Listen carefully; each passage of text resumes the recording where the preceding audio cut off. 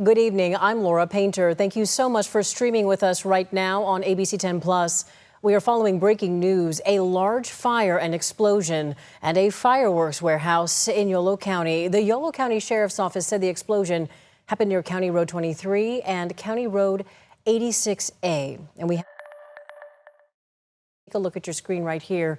Deputies said a warehouse storing fireworks exploded and is still burning right now as we speak tonight. This is being called the Oakdale Fire. Neighbors in the area tell ABC 10 they felt at least 2 explosions tonight. They say this was like nothing they had ever felt before. Fire officials just spoke at the scene moments ago tonight. Take a listen. At approximately 5:50 this evening, we were dispatched from the Esparto Fire along with some of our mutual and auto aid partners to an explosion in the area. Units responded, arrived on scene to find a few commercial buildings well involved, as well as numerous explosions and numerous spot fires throughout the area.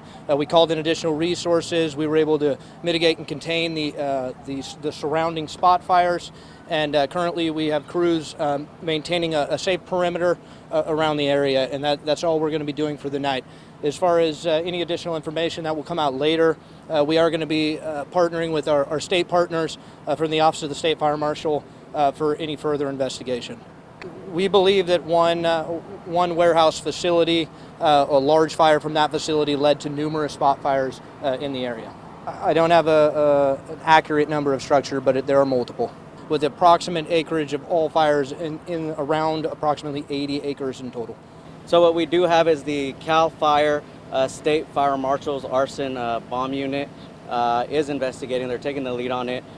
They could probably be contacted later on to give you more information on that. But we're not investigating anything criminal at this time. It's very preliminary on what we have going on at this time. It's a very active scene still. I can tell you that we have our drones in the area still assessing of just the damage and what's going on. So that's why we can't provide too much info. We just don't have too much to give at this time. It's still a very active scene. I mean, with any large-scale incident, obviously at first we always run into the component of access, and in this particular incident, there's a lot of vehicles, a lot of things on the road that did hinder us from getting here. That was a challenge, and then obviously large-scale incidents, communications, and things like that. But other than that, I'm not going to take any other questions. We have a large incident that we're still trying to manage. We appreciate your guys' time, and you'll get some more information later on. As you just heard, there are a lot of moving parts in this situation. ABC 10's Garshpal Sangha is live in Yolo County right now. Garshpal, we can tell this is a very active scene, a lot of crews out there on the ground. And I know this is still a developing situation and information is scarce, but what are you learning right now out there on the ground? Yeah, it very much is active, Laura, but the good news right now is things have calmed down considerably than just a few hours ago. We are just east of the town of Esparto. We are right now on Road 86A, Highway 16, and right now what you're taking a look right here, this is the command post for fire and police. You have fire agencies from around the region that are here helping with this fire. Esparto Fire is the lead here. CHP is here. Yolo County Sheriff is here. Now that fire, it is hard to see because of nightfall, but it's over there by 86A Road 23. That is a few blocks down from where we are. And about 30 minutes ago, it was still black smoke, but not anywhere close to what it was just a few hours ago. We spoke to some people in the area. They told us they've heard at least 3 to 4 explosions that happened. And when that explosion happened, it wasn't just that you heard it if you were in the area. You heard it about 5-10 miles away. We even got reports of some neighbors in the Wild Wings area. That is closer to the city of Woodland. People heard it there as well. So this isn't something that's self-contained here, but if there's any good news here is that this wasn't anywhere near the town of Esparto. This was closer to the rural area, so that fire continued to burn over there, and this fire continued to put off hot spots. And that is what the fire officials had said. So fire crews had to deal with the site on site, and then they had to make sure chase those hot spots to make sure they didn't continue to spread. But if there's any good news here is this happened in the rural area. This was away from the town of Esparto, and luckily the winds were carrying this fire away from the town. So right now crews are still working to put this fire out. Fire crews continue to be here, and as you had heard from that fire official, CAL FIRE State Fire Marshal Arson Bomb Unit is on location investigating exactly how this fire started, and the investigation is just starting, but there's a lot of questions that still need to be answered. But the answer that we do have is that happened at that place, and there were fireworks that were going off, and that was shocked a lot of people, and especially people felt the explosion. So we'll be out here getting more information, but that is the information that we're getting, and fire crews are going to be here overnight. They have a lot of this area closed, so if you're going to be heading into this area, just make sure you give yourself enough time. Reporting live near the town of Esparto, Garj Paul Sunga, ABC 10. Yeah, Garjpal, while I have you here, I want to ask you some questions. I know it is nightfall now. We can't see the smoke, but can you give us some perspective as to how much progress fire crews have made? I know you said the fire has been somewhat diminished. Are you still smelling a lot of smoke compared to the first time you had gotten to the scene? Can you give us a little more perspective on the size of it at this point? Yeah, Laura, right now it's not as bad as it was earlier. That fire was putting off a lot of smoke. Right now it's just putting off a little bit, and luckily the wind is pushing it away, so I haven't been able to smell a lot of it, and especially for the people living in this area. So this is pushing away. So the smoke has lessened. That's the good news. Fire crews did say that they stopped the forward progress on this fire. So that's the other good news for the fire crews, but they told us they're going to be out here all night being around the fire, making sure this fire does not escape their area, because the spot fires is what really caused some issues for the fire crews here, and they just make sure this fire continues to lay low and they continue to put out this fire. But especially when you have pyrotechnics involved, anything can happen. So fire crews are prepared for what might happen, but they're just hoping that as the temperatures cool down, that they might be able to get the upper hand. Laura. That is good news, Garjpal. And you mentioned, this is a site of fireworks, so this is a very delicate situation. And we can see it's still a very active scene. We see the crews behind you, multiple vehicles. You mentioned an area being closed off. Can you be more specific as to any roads or routes or detours our viewers may need to know at this point? Everything that is south of Highway 16, and this Highway 16 is a popular stretch for people who are coming into Madison, Esparto, going into Cape Hay Valley, or going to Cache Creek. This is a popular road that a lot of people continue to use. This was closed off earlier, as you see cars going by. That has since reopened, so that is the good news, because this is a very busy thoroughfare for a lot of those towns and for that resort. But mostly everything that is closed is south of Highway 16, and so these are country roads that we're talking about. There's not a lot of traffic on those roads, so that is the good news here.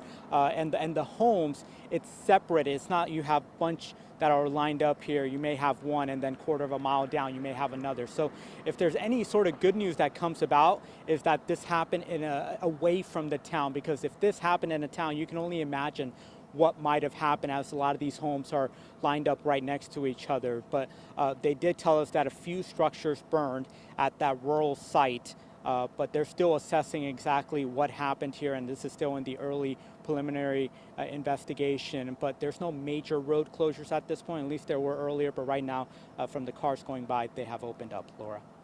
Yeah, Garjpal, it sounds like some significant progress is being made.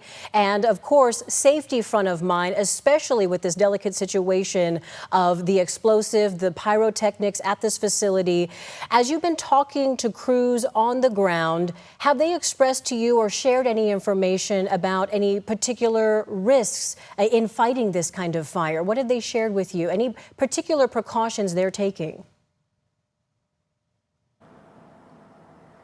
Yeah, right now they're just sort of staying back, because especially when you've probably seen the footage of the fireworks going off, and there's been at least 3 to 4 explosions. So the last explosion that we heard about happened at least 2 hours ago. So that's a good news, because people in the area were telling us there were anywhere between 3 to 4. So that's another challenge that fire crews really have to deal with here is they don't want to get too close to really try to attack this fire, because early on they were using aircraft to really attack the fire. But because of those spot fires, fire crews had to go away from the main portion of the fire to go put out those hot spots. We haven't heard of any news if they caused any damage, but they did cause some worries for fire crews.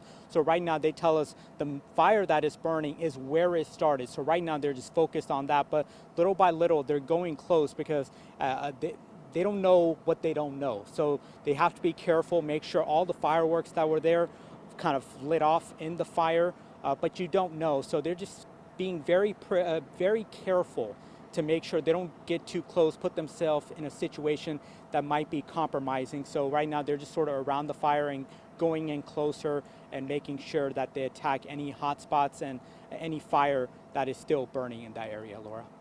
Yeah, Paul, can you walk us through again the timeline for the crews and their work? You mentioned that they're going to be out here throughout the night. Are they expecting any more reinforcements, any more investigators coming through, any timeline for updates on information that they may be able to provide? What are you hearing on the ground? Yeah, they did tell us they're going to be here overnight, making sure this does not get out of hand, that doesn't get away from their containment line. The last information that we got around 9, we haven't heard of any updates. If we're going to hear any updates, most likely it's going to be tomorrow morning.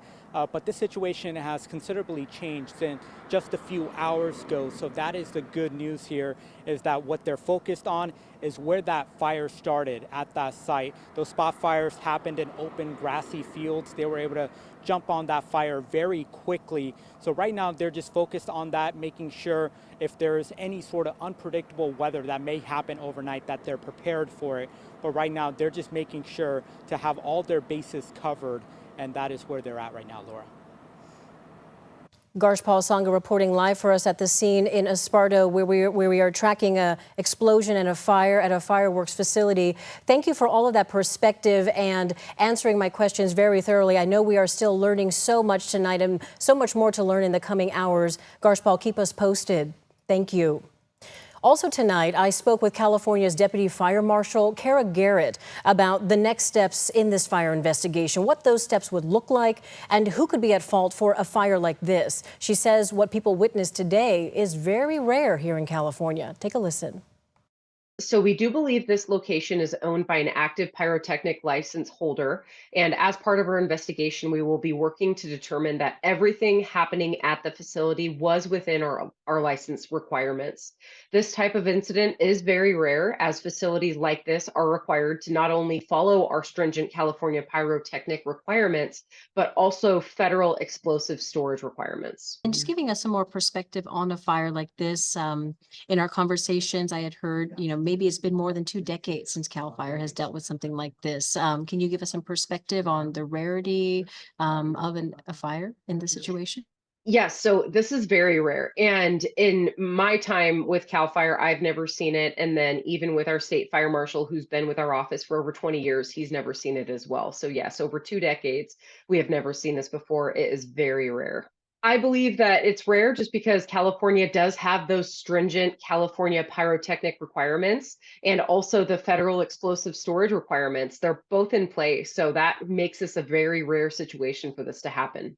Give us some insight into what an investigation into a fire like this would look like. Bring us into the eyes of what you're looking for. Yes, so we are assisting primarily the Esparto Fire District in that origin and cause for this investigation of the fire. And the specifics that the investigators are looking at really is on our arson and bomb investigators and that fire district. So it's very specific to where they're at, what they're looking for, what caused it, and also where it was caused in that building, and then go from there. Are there any federal agencies that could get involved in the investigation? So yes, ATF, the Bureau of Alcohol, Tobacco, and Firearms, they are a part of the regulators. So they enforce the federal explosive storage requirements. for our arson and bomb unit, the mission itself for our CAL FIRE Office of the State Fire Marshal's arson and bomb unit is to investigate the origin, cause, and circumstances of fires and explosions on state of California property. In addition, the arson and bomb unit is available to assist these local jurisdictions that have the investigative resources in order to determine if the fire, or in this case, the explosion, is criminal in nature. And as I mentioned, we will be doing that investigation to see what was violated for the licensure on the back end. Now, Garrett adds that if any fireworks are found in this area and are considered dangerous, they will be seized and moved to a secure storage facility that are all examined by state investigators. For now, let's get to meteorologist Brendan Mincheff now with more on the conditions that firefighters are dealing with fighting that massive fire in Yolo County. And I understand that this is such a massive fire, you're even picking it up on your radar, right? Yeah, we certainly were earlier. Now that the smoke has died down, not so much. But this is a loop from about 5:45 to 7 o'clock. So a window of about an hour and some change. Look at that. You can see the initial explosion. It'll start over here in a second. Here we go. There's that initial explosion. You see all the smoke that very quickly gets dispersed right around that 505 corridor down towards Woodland on Highway 16. This is just very impressive to see this smoke plume from this explosion so clearly. When you get these yellow colors, and with, normally we associate those yellow and oranges with